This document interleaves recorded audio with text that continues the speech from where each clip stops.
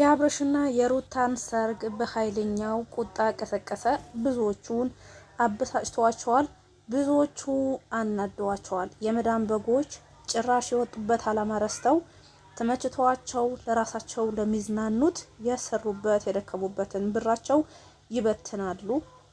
ያኒ እናታቸው አባታቸው ያሉበት ችግር ሳያውቁ አንድ ግን ምንም ለሀገር የሚጠቅም ነገር የማያደርጉ ራስ በራሳቸውን ለሚዝናኑ ሰዎች በዚህ ልክ ማሽቃበጥ ተገቢ አይደለም ብለው ብዙዎቹን ቁጣቸውን ገልጸዋል።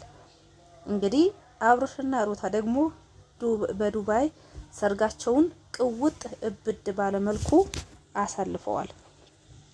አሰላሙ አለይኩም ወራህመቱላሂ ወበረካቱ። ውድ ተናፋቂ የሆናችሁ የአይሻ ቤተሰቦች እንዴት ናችሁ? ሰላም ናችሁ ወይ? ሁላችሁንም በያላችሁበት ያለ ህዝነት ረዴታ ይለያችሁ፣ አላህ ይጠብቃችሁ። ሀገራችን ሰላም፣ ህዝባችን ሰላም አላህ ያደርግልን። ሁሌም በመልካም ነገር ሰበብ ምክንያት የምንሆን አላህ ያደርገን። በመጥፎ ነገር ሰበብ ምክንያት ከመሆን አላህ ይጠብቀን። ያምላችሁን የአይሻ ነኝ። ዛሬ በእነ አብርሽና ሩታ መጥቻለሁኝ። አብርሽና ሩታ እንግዲህ ያው ተጣልተው ብዙ ጠውረድ ብዙ ልፋት ካሳለፉ በኋላ እንግዲህ ሰርጋችን ድሮም በዱባይ ነው ብለን ነበር፣ ያ ቃላችን ነው በዱባይ ነው የምናከብረው ብለው እጅግ ብዙዎቹ ሰፖርት አድርገው አስተዋጽኦ አድርገውላቸው ሰርጋቸው በዱባይ ያሳልፈዋል። አንዳንድም የክብር እንግዳ አድርገው ያው ጠርተዋቸዋል።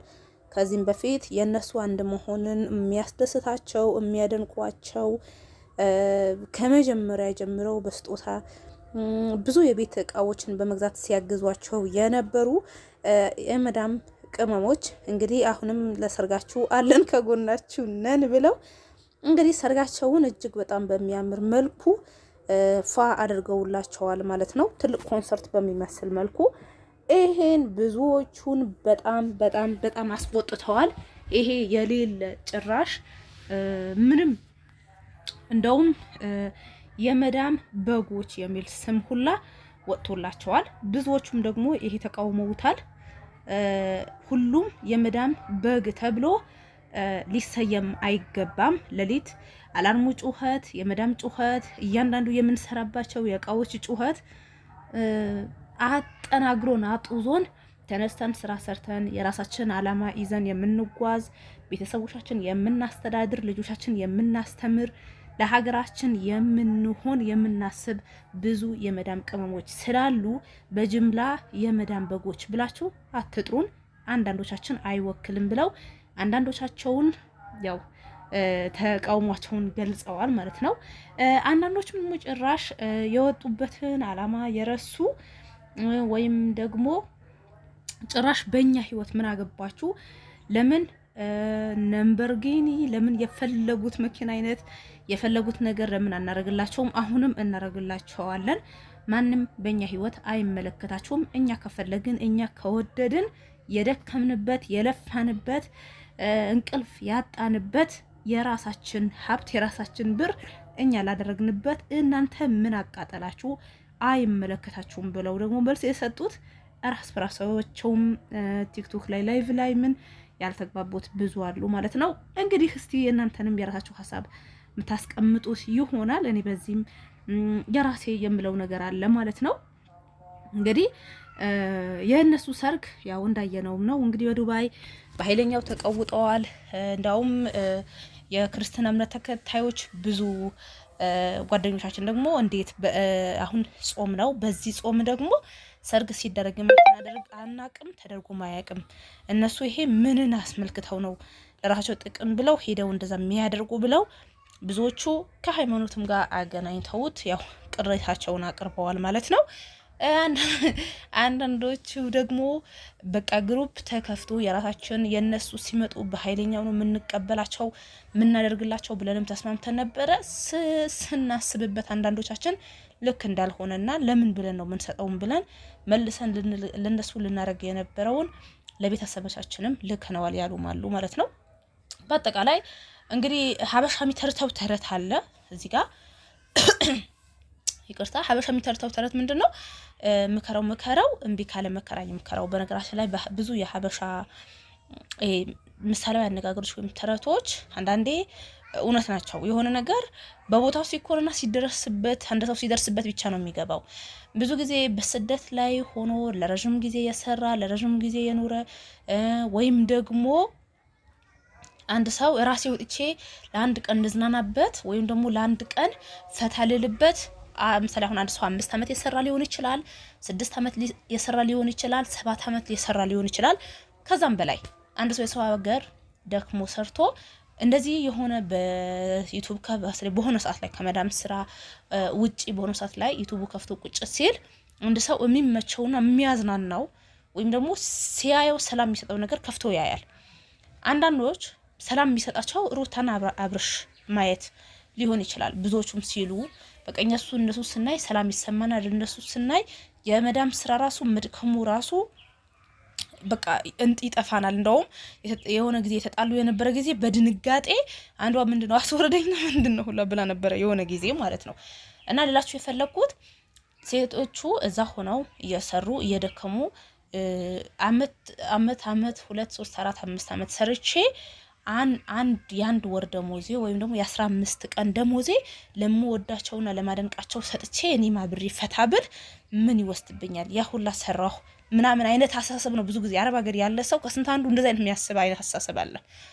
ለምን በቃ ደክሜ ምን አንድ ቀን ለራሴ አልሰጥም እንዴ? አንድ ቀን ውስጤ ህሊና የሚፈልገው ወይም ደግሞ ልቤ ሰላም የሚሰጠው ነገር አላደርግም ብለን ብዙ ጊዜ ስደት ላይ ስንሆን እና እናስባለን። ብሩ ምን ላይ ነው የምናወጣውና የምናውለው የሚል ነገር ነው ስተቱ። ገባችሁ? ስለዚህ አሁን እነዚህ እህቶች ተው፣ ሀገር ከባድ ነው። ሀገር ስትመጡ ሁሉም ነገር ከባድ ነው። እዛ ሆናችሁ እንደምታስቡት አይደለም። እዛ ሆናችሁ ብሩ እንደምትበትኑት አይደለም። ድካሙ፣ ልፋቱ፣ ስሜቱ የሚገባችሁ መጥታችሁ እዚህ ስትቸገሩ ነው ተብሎ እዛ ሆነን ሲነገረን ብዙዎቻችን አይገባንም፣ አንረዳምም ማለት ነው። እንደውም ብዙ ጊዜ ሀበሻ ምንድነው የሆነ ነገር ሲደርስበት ነው የሚገባው። አንዳንዴ የሆነ ቀለም ግድግዳ ላይ እንኳን ተቀብቶ እረሱ ቀለም ነው እርጥብ ቀለም ነው እንዳትነኩት እንኳን ስንባል ሄደን ነክተነው ውይ እውነት ነው አልደረቀም ነው እንጂ ምንድነው አንዳንዴ እሺ በቃ የሚለው ነገር ብዙ ጊዜ አንረዳ፣ በቃ አንቀበልም። ይሄ እኔ ብዙ ኢትዮጵያዊ ይመስለኛል። እና አሁን አንዳንዴ መዳም ቅመሞች እዚህ ጋር ተው እንኳን እንደዚህ ብራችሁ የሆነ ያልሆነ ቦታ ላይ አትበትኑ። እዚህ ጋር እናንተ ተቃጥላችሁ ለፍታችሁን ያመጣችሁት ብር አንዱ ተዝናንቶና ፈታ ብሎ ሊበላበት፣ ሊጠጣበት፣ ሊለብስበት፣ ለአንድ ቀን ሊያጌጥበት፣ ለአንድ ቀን ሊያድርበት። እንግዲህ ሰዎች ያልደከመበት ነገር ወይም ደግሞ ለፍቶ ላላመጣው ነገር ዋጋ አይሰጠውም። ስንትና ስንት ወደ የደከሙበት ብር በአንድ ቀን ይሄ ሁላ ሊወጣ ይችላል ማለት ነው። ስለዚህ ያ የደከመበት ሰው ነው እንጂ ለሚሰጠው ሰው ድካሙ ስሜቱ አይረዳውም ማለት ነው። በአጠቃላይ ይሄ ሁላ ብዙዎቻችሁ መዳም ቅመሞች ቅርብ ተሰኛችኋል። ለምን ብላችሁ ነው እኛን የምትሰድቡን? ምን አገባችሁ? የፈለግን በልህ እንደውም እንዲናረጋለን ምናምን እያላችሁ ነው ማለት ነው። ይሄ ለራሳችሁ ተብሎ ነው። አንድ ሰው አገር ስትገቡ ነገ ይቆጫችኋል። አይደለም ዛሬ ያወጣችሁት የዛ ሀገር 20 ሺህ 30 ሺህ 40 ሺህ ይቅርና አንድ ብር ያለ ቦታው ዋጋ እንደሚያስከፍላችሁ። አንድ ሱቅ ሄዳችሁ የሆነ ነገር ልትገዙ አንድ ብር አይደለም ያኔ የሆነ ሳንቲም ቢጎድል የሚሰጣችሁ የለም። ተግባባን? ያ ነገር የሚገባችሁ ያለ አግባብ ያወጣችሁት ገንዘብ ብዙ ጊዜ ኢትዮጵያ ስትመጡ ሲቸግራችሁ ስታጡ አይ ስንት ዓመት ሰርቻለሁ ኢትዮጵያ ገብቻ አይቸግረኝም አላጣም፣ ይሄ የማይሆን ነገር ነው። በቃ ምድር ነው። ዛሬ አግኝታችሁ ነገ ታጣላችሁ። ያለ አግባብ ያወጣችሁት ልክ በምታጡና እጃችሁ ባዶ በሚሆን ጊዜ ወይም ደግሞ የሆነ ብድር ጠይቃችሁ የሚሰጣችሁ ሰው በምታጡ ጊዜ ያንን ያለ አግባብ ያወጣችሁትን ገንዘብ ያንገበግባቸዋል። ያኔ በስነ ስርዓት ያወጣችሁት ገንዘብ ምንም አይመስላችሁም። በቃ መውጣት ላለበት ነገር አውጥቻለሁ ይዞ ኬት ላላችሁ። ያለ አግባብ ግን ላወጣችሁት ገንዘብ ብዙ ጊዜ ይቆጫል። ለምን አወጣሁት፣ ለምን ያቦታ፣ ለምን አሳለፍኩት፣ ለምን አረኩ ምናምን ነገር ትላላችሁ። ያን ነው ብዙ ጊዜ አሁን እየመጣ ወደ ሀገር ምናምን የሀገር ባህሪ ያውቃል። የሀገር ኑሮ ውድነት፣ የሀገር ህይወት ከባድ እንደሆነ ሰው እንደ አዲስ ልጆቹ ጥሎ ሲሰደድ ምን ሲል ተግባባን። ያ ነገር ሰው ስላየው ይመክራል። ብዙ ጊዜ ተው ያላግባብ እንዲያታርጉ፣ ተው ያላግባብ እንዲያታውጡ ብሎ ይመክራል። ይሄ ምክር በክፋት ወስዳችሁት ገና በልህ ያልሆነ ነገር አታድርጉ ማለት ነው። አምናችሁበት ልክ ነኝ ነገም አይቆጨኝም ወደፊት አይቆጨኝም ራሴ ሰላም የሰጠኝ ነገር ነው ብላችሁ ካደረጋችሁት ደግሞ መብታችሁ ነው። ምክንያቱም ነገ የምትቆጡበት ራሳችሁ ስለሆናችሁ ማለት ነው። ግን አንዳንዴ ደግሞ ብዙ ለሀገር እንደተባለም ብዙ ለሀገር ውለታ መልካም የሰሩ መልካም ያደረጉ ዋጋ የከፈሉ መስዋዕት የሆኑ ዛሬ በእያንዳንዳቸው ቤት ለሀገራቸውን ሲታገሉ ሲደክሙ ተቸግረው በየቦታ የተቀመጡ ስንቶች አሉ። ቤት ይቁጠራቸው። ለነዛ ማድረግ ነበር ትልቁ ጽድቅ። ማንም ሰው ጭቅኖ ለሚያስደስተው ነገር ማድረግ መብቱ ነው። ግን ያልሆነ ቦታ ማውጣት ልክ አይደለም። ሰው ይህ ነው ያስቆጣ እና ሰው በብዛት ያስቆጣው ይህ ነው። ለና ያልሆነ ነገር ላይ አታውጡ ነው። ለማንኛውም እንግዲህ የተጋቡት ያው እነሱ አርጉልኝ ብለው ባይሆንም በግድ ስለምንወዳቸው እናደርጋለን ብላችሁን ያደረጋችሁላቸው ሰርጋቸው ማንም አርቲስት ባላደረገው መልኩ ፋ አድርገው አክብረውታል፣ ተደስተውበታል። እንግዲህ የሁላችንም መጨረሻ ላይ ያስተካክልልን። ሰው ስትመክሩት እንግዲህ ለራሱ ብሎ ካልሰማ ምንም ማድረግ አይቻልም። ሰላማችሁ ይብዛልኝ።